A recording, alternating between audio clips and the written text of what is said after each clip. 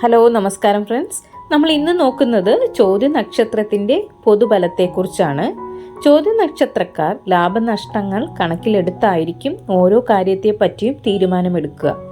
നിർബന്ധ ബുദ്ധി കൂടുമെങ്കിലും പുറമേ അത് പ്രകടിപ്പിക്കാതിരിക്കാൻ പ്രത്യേകം ശ്രദ്ധിക്കും. കാര്യപ്രാപ്തിയും പരിശ്രമശീലവും ഉണ്ടാകും. വാക്കു പാലിക്കുന്നതിൽ പ്രത്യേകം ശ്രദ്ധിക്കുകയും ചെയ്യും. കൊടുക്കൽ വാങ്ങലുകളിൽ കൃത്യത പാലിക്കും ഇവർ. അന്യർ പുകഴ്ത്തി പറയണമെന്ന് ആഗ്രഹിക്കുകയും വിമർശനങ്ങൾ നേരിടാനുള്ള കഴിവ് കുറയും ഇവർക്ക്. സ്വാതന്ത്ര്യബോധം കൂടുതലായിരിക്കും. ആരുടെയെങ്കിലും ആജ്ഞ അനുസരിച്ച് പ്രവർത്തിക്കാൻ തയ്യാറാവുകയില്ല. എതിർപ്പുകളെ ധീരമായി ഇവർ നേരിടും. ആരെയെങ്കിലും ആശ്രയിച്ച് ജീവിക്കാൻ ഇഷ്ടപ്പെടുന്നവരല്ല ഇവർ. അതേസമയം സ്വന്തം അഭിപ്രായങ്ങൾ അന്യരെ കൊണ്ട് അംഗീകരിക്കാൻ ശ്രമിക്കും. ആശ്രിത വാത്സല്യം കൂടുതലായിരിക്കും. ബാല്യകാലത്ത് ആരോഗ്യക്കുറവ് അനുഭവപ്പെടും. 10 വയസ്സിന് ശേഷം ആരോഗ്യം മെച്ചപ്പെടും. 25 വയസ്സ് വരെയുള്ള കാലം പൊതുവെ ഗുണകരമായിരിക്കും.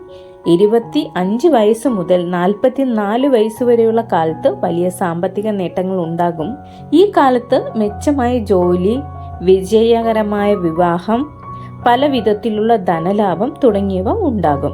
44 വയസ്സ് മുതൽ 68 വയസ്സ് വരെയുള്ള കാലത്ത് പെട്ടെന്നുള്ള രോഗപീഠ, അപകടങ്ങൾ, മനക്ലേശം തുടങ്ങിയവ ഉണ്ടാവാൻ സാധ്യതയുണ്ട്. ദാമ്പത്യ ജീവിതം പൊതുവെ സന്തോഷകരമായിരിക്കും. പങ്കാളിയുമായി ഇടയ്ക്കിടെ കലഹിക്കുമെങ്കിലും അത് രഹസ്യമായി വെക്കാൻ ശ്രമിക്കും. കുടുംബജീവിതത്തിന്റെ ഭദ്രതയ്ക്ക് പ്രത്യേകം പ്രാധാന്യം നൽകും. സദാചാര നിഷ്ഠയും സത്യസന്ധതയും ആത്മാർത്ഥതയും ഉണ്ടായിരിക്കും. കുടുംബത്തെ സ്നേഹിക്കുകയും ചെയ്യും. ചോദ്യ നക്ഷത്രത്തിൽ ജനിച്ചവരുടെ ദേവത വായുവാണ്.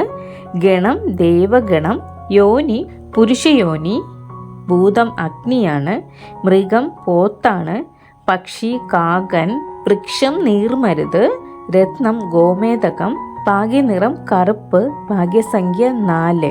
ഇത്രയുമൊക്കെയാണ് ചോദ്യ നക്ഷത്രത്തിന്റെ പൊതുവായിട്ടുള്ള ഫലങ്ങൾ.